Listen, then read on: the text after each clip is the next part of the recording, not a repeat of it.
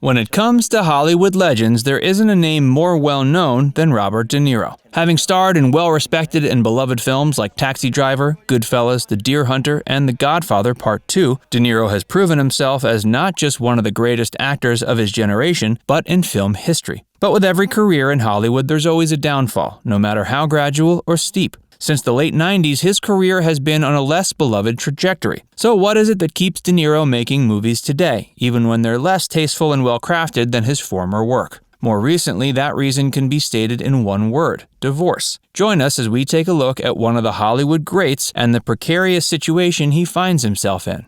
An ugly divorce.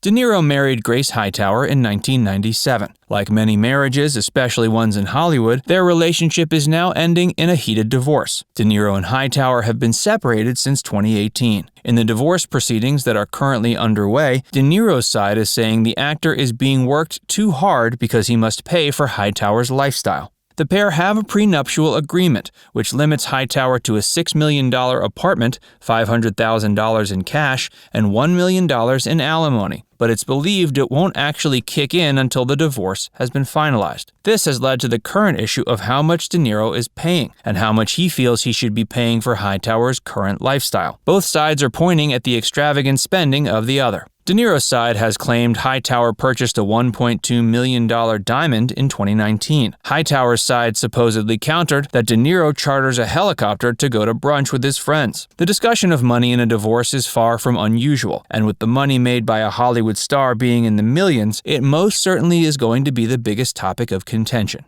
Grace Hightower wants half of De Niro's wealth. This is technically the second divorce for the brawling couple. The two met in 1987 and married in 1997. In 1999, they filed for divorce and later renewed their vows in 2004. They split up for good in 2018. At a Manhattan Supreme Court hearing, it was revealed Hightower wants half of Robert De Niro's $500 million fortune. Despite the prenuptial agreement between the couple, Hightower's attorney, Alan Mantell, argued the language used in the prenup itself entitles her to half of what the two-time Oscar winner earned during their remarriage. This includes De Niro's 35 businesses. While De Niro has thrived as an actor, he's also been busy off-screen. He owns the Greenwich Hotel, the Nobu Tribeca Grill restaurant chains, Tribeca Film Festival, and Canal Productions. Hightower herself has dabbled in acting, singing, and philanthropy. She founded Coffee of Grace, with the mission to help rebuild the economy of Rwanda. The divorcing couple also went through a fight for custody of their 8-year-old daughter, Helen Grace De Niro. On Valentine's Day of 2020, the two sides were able to avoid a custody trial. De Niro was outspoken, saying he felt great about the agreement. Hightower declined to comment. Hey, if you're enjoying this video so far, make sure you give it a like and subscribe to Trender for more Hollywood gossip. Working at an unsustainable pace.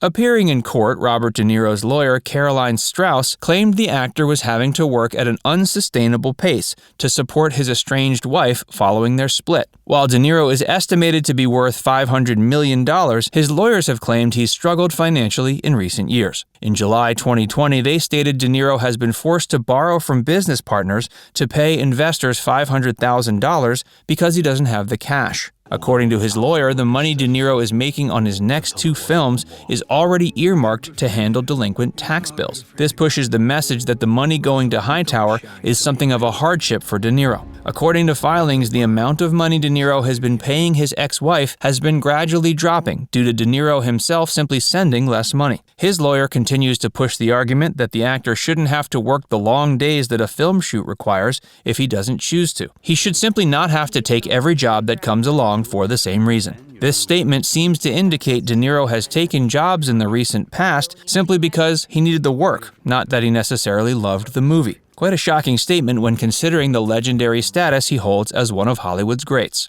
The judge in the case has reminded both parties that this situation, while it might be considered ordinary for the people involved, is not. Talking about hundreds of thousands of dollars a month is a level of wealth most people will never experience. Due to this, the problem is that when discussing this kind of money, it becomes harder to determine what's considered unnecessary, even if it's about helicopter rides and diamond rings.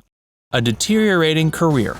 Due to the great and ongoing expense of the divorce, De Niro is now at a point where he's taking every job he's offered. In recent years, the veteran actor has starred in a number of critically panned projects, including the 2020 family film The War with Grandpa. De Niro has claimed 2 Oscars, the first in 1975 for Best Actor in a Supporting Role in The Godfather Part 2. He played Vito Corleone, the younger portrayal of the role played by Marlon Brando in the original. The second Oscar he won was in 1981 for Best Actor in Raging Bull, in which he played real-life boxer Jake LaMotta, whose violence and temper both led him to the top of the sport but also destroyed his life. De Niro put on 60 pounds for the role. Other standout movies include Taxi Driver, The Deer Hunter, Once Upon a Time in America, Goodfellas, and Heat. What's quickly apparent is that De Niro's best roles took place before the 2000s. As his career slowly changed, he accepted many roles in comedies. Meet the Parents, Analyze That, and Stardust all represented a shift in quality of De Niro's filmography. The man wasn't quite the legend he once was. This has continued and become even more relevant with projects like 2016's Dirty Grandpa, starring alongside Hollywood heartthrob Zac Efron. The movie was widely mocked and accentuated how far De Niro has come from the works of Raging Bull and Taxi Driver. But there's still hope for the legend. 2019 gave the world 2 great projects which De Niro was a part of.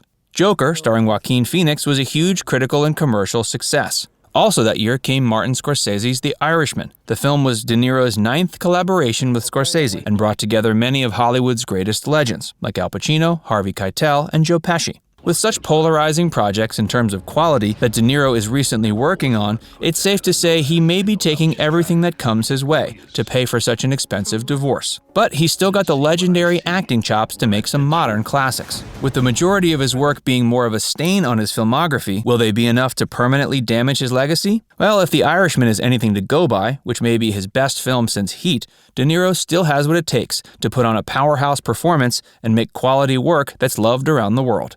Now it's time to hear from you. Is De Niro still the Hollywood powerhouse he once was, or has his deteriorating career damaged his status forever? Let us know in the comments section below. And before you go, make sure you give this video a like and subscribe to Trender if you haven't already. Click the bell icon to stay updated on all our latest content.